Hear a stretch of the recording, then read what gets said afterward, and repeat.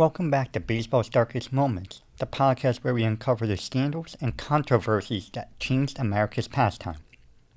From Ruth to Mays, Mantle to Griffey, baseball has long been romanticized as America's pastime. But what happens when the national game becomes a national scandal? When shattered records aren't called to celebration, but suspicion. I'm your host, Michael Petruzzo, and today's episode explores one of the most controversial periods in Major League Baseball history, the Steroid Era. For over a decade, the game we love was transformed by incredible feats of strength, soaring home runs, and unforgettable records. But behind many of these achievements was a hidden truth, the widespread use of performance-enhancing drugs. Today, we dive deep into the steroid scandal that shook the foundations of professional baseball.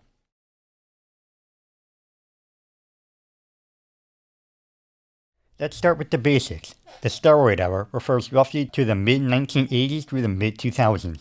During this time, performance-enhancing drugs, mostly anabolic steroids and later human growth hormone, became widespread in baseball. As competition intensified and players looked for any edge, anabolic steroids and human growth hormone, or HGH, became the drugs of choice. With no official drug testing policy in Major League Baseball at the time, PED use quietly exploded. Players got bigger, stronger, and faster.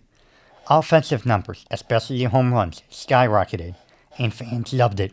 But beneath the surface, the game was changing. The problem wasn't officially acknowledged by MLB until 2003. But whispers started long before that. Steroid use didn't begin in a vacuum. In the late 80s and early 90s, baseball was reeling. The 1994 strike had left fans disillusioned. Attendance was down, TV ratings dipped. Enter the long ball. Power hitting became the lifeline of the sport.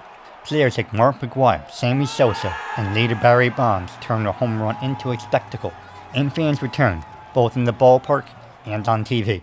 But that excitement came at a cost. In the culture of the game, the don't ask, don't tell mentality allowed PED use to thrive behind closed doors. Weight rooms became pharmacies. In the league, they looked the other way. Let's be honest. We'll never know the full list of who was actually losing, but some names are unavoidable.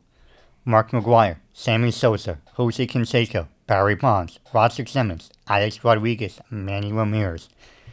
Canseco, ironically, blew the whistle. His 2005 book, Juice, named names and exposed how normalized PEDs had become. He claimed as many as 80% of players were losing something, and he wasn't totally off. In 2003, anonymous testing showed 5 to 7% of players tested positive. In reality, that number is likely much higher. Need proof that the era was different? Look at the stats. Between 1993 and 2001, total home runs in a season skyrocketed. In 1998, McGwire hit 70 and Sosa hit 66. In 2001, Bonds hit 73. Pitchers like Roger Clemens and Andy Pettitte extended their careers well into their 40s, raising eyebrows about what was fueling that longevity. The game was changing statistically and visually. We weren't just watching baseball anymore. We were watching something enhanced.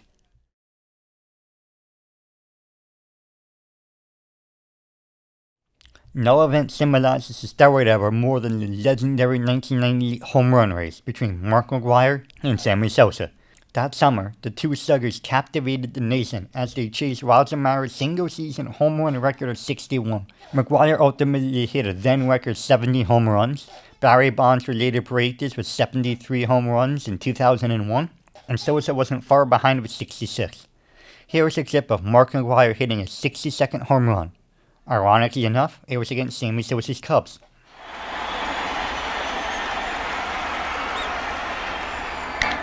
Down the left field line, is it enough? Gone! There it is! 62! Touch first, Mark. You are the new single-season home run king.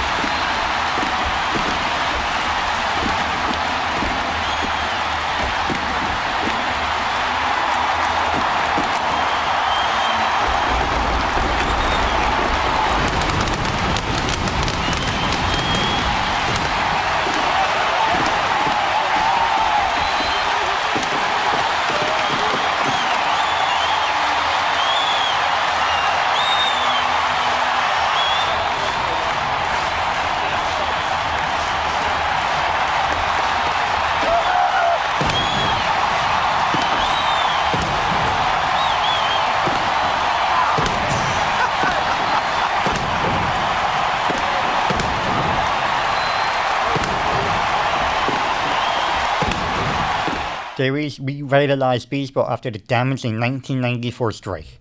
It brought fans back into the ballpark, and people began watching baseball to keep an eye on the home run race. But years later, McGwire admitted he had used steroids during that season. Sosa has long denied any wrongdoing, but suspicion has followed him throughout his career.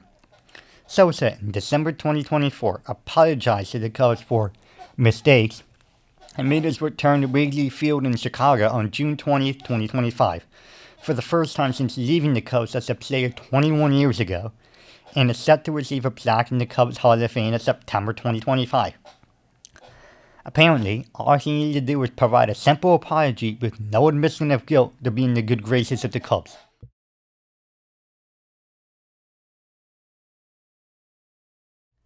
In 2003, the steroid scandal erupted publicly with the Balco investigation. The Bay Area Laboratory Cooperative was exposed as a major supplier of PEDs to athletes, including baseball stars like San Francisco Giants outfielder Barry Bonds. Barry Bonds had shattered records, including 73 home runs in 2001, but allegations were that Balco provided him with undetectable steroids. Bonds denied knowingly using PEDs, but his reputation was forever tainted. A slow knuckleball, which should give the catcher trouble catching it, but obviously everything worked against Bernard right there. Second baseman moves 20 feet into right field. Bonds hits one. Deep to right field. Look out in McCovey Cove. Bonds has number 73.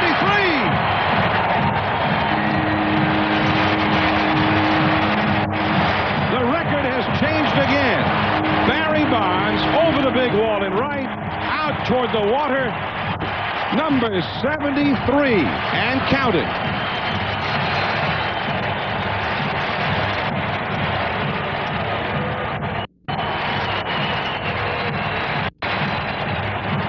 His son Nikolai there to greet him.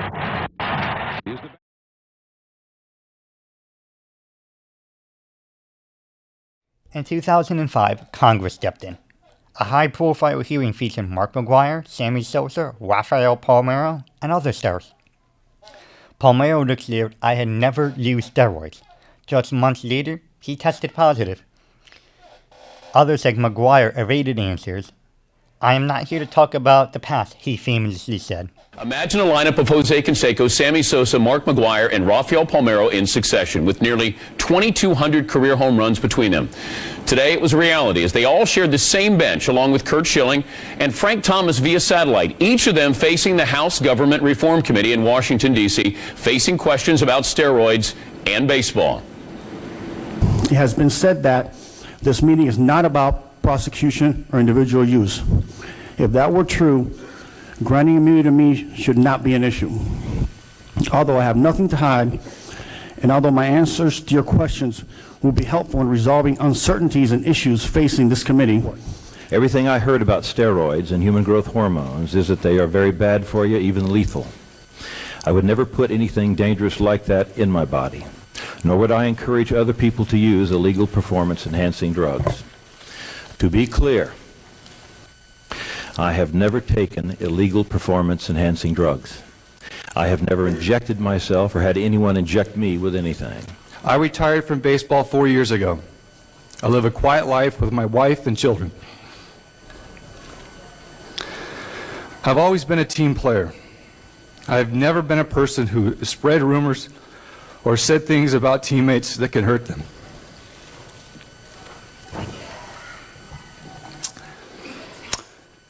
I do not sit in judgment of other players, whether it deals with their sexual preference, their marital problems, or other personal habits, including whether or not they use chemical substance. That has never been my style, and I do not intend to change this just because the cameras are turned on. Nor do I intend to dignify Mr. Canseco's book. It should be enough that you consider the source of the statements in the book, in that many inconsistencies and contradictions have already been raised. Asking me or any other player to answer questions about who took steroids in front of television cameras will not solve the problem. If a player answers no, he simply will not be believed. If he answers yes, he risks public scorn and endless government investigations. My lawyers have advised me that I cannot answer these questions without jeopardizing my friends, my family, and myself. Let me start by telling you this. I have never used steroids, period. I do not know how to say it any more clearly than that. Never. Damage was done. In 2007, MLB commissioned former Senator George Mitchell to investigate. The result? The Mitchell Report, a bombshell document naming more than 80 players linked to PEDs. Roger Clemens, Andy Pettit, and Miguel Tejada were among the many accused.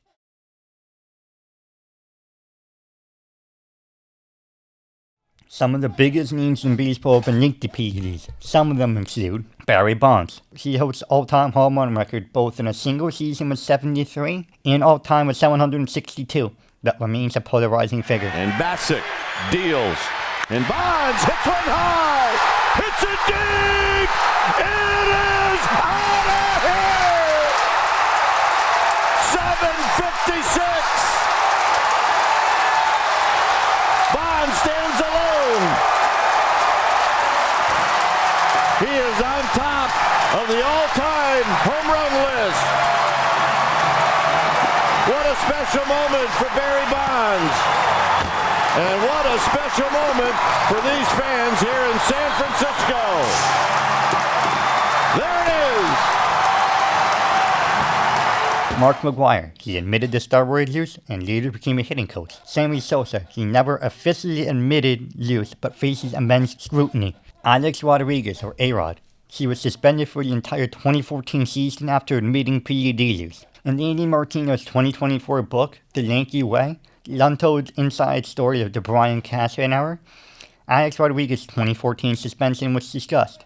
Martino said, and I quote, "Not too long after his first drug scandal in 2009, Rodriguez had begun working with Tony Boss, a Coral Gables, Florida-based entrepreneur who provided pills, gummies, and other methods to deliver substances banned by Major League Baseball, like testosterone or human growth hormone," end quote from page 201. Rodriguez finished his career in 2016 with the Yankees, finishing with 696 career home runs, 5th all-time in baseball history, behind only Barry Bonds with 762, Hank Aaron with 755, Babe Ruth with 714, and Albert Pujols with 703. And finally, Roger Clemens. He was accused in the Mitchell Report and faced perjury charges but was later acquitted. Their on-field accomplishments are historic, but their legacies remain controversial, especially when it comes to Hall of Fame consideration.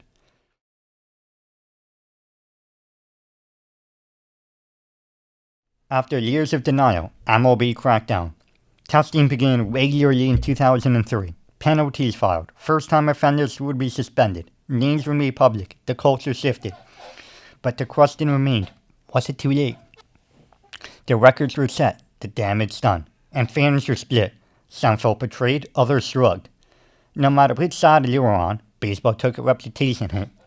Many began to question the legitimacy of records and performances, and some even turned away from the sport, disillusioned by the cheating. The league seemed to allow all to happen for what they thought was good for the game, but the fallout from the steroid era forever changed baseball. Baseball implemented new policy changes stepping from the steroid era. In 2005, MLB introduced random drug testing. If a player tests positive for steroids, the first offense results in a 50-game suspension, the second offense in a 100-game suspension, and the third offense results in a lifetime ban. Testing has since become stricter, governing PEDs and HGHs. Today, the MLB PED suspension rules are a little different from when they first came out. They consist of an 80-game suspension for first-time offenders, 162-game or full season suspension for second-time offenders, and a permanent ban for third-time offenders. All suspensions are without pay and make the player ineligible to play in the postseason if their team makes it. PED suspensions are still happening today, with Atlanta Braves outfielder Jurickson Profar and Philadelphia Phillies relief pitcher Jose Alvarado both getting suspended 80 games this season for PED use. In addition to all of the chaos, the Hall of Fame dilemma erupted. Players like Bonds, Clemens, and McGwire have yet to be inducted, and the debate rages on. Should their achievements be honored with an asterisk, or dismissed entirely? We often frame the steroid era as villains and victims, But the truth is more complicated. Many players felt like they had to lose to keep up. Careers were at stake, livelihoods, fame, contracts. Others stayed clean and got left behind. Some former players have come forward to say they regret not juicing because it cost them their spot. It wasn't just a moral issue, it was a systemic one. A workplace culture that rewarded science and punished integrity.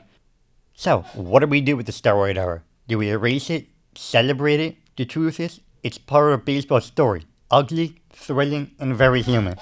A mirror not just to the sport, but to a society obsessed with greatness at any cost. The steroid era remains one of the most complex and controversial chapters in baseball history. It was a time of towering home runs and shattered records, but also of ethical gray areas and institutional failures. While the game has taken significant steps to accountability and fairness, the legacy of the era still lingers. In the Hall of Fame debates, in the stats that define a generation, and in the trust that fans continue to rebuild. Ultimately, the steroid era focuses to grapple with what we value most in sports: performance, integrity, or something in between. As baseball continues to evolve, it's clear the lessons of the era will not and should not be forgotten. Thanks for tuning in to Baseball's Darkest Moments. I am your host, Michael Petruzza. Make sure to tune into the next episode on the affected steroid era players and the Hall of Fame, as well as the debate of the home run record. Until next time, play fair and keep the game honest.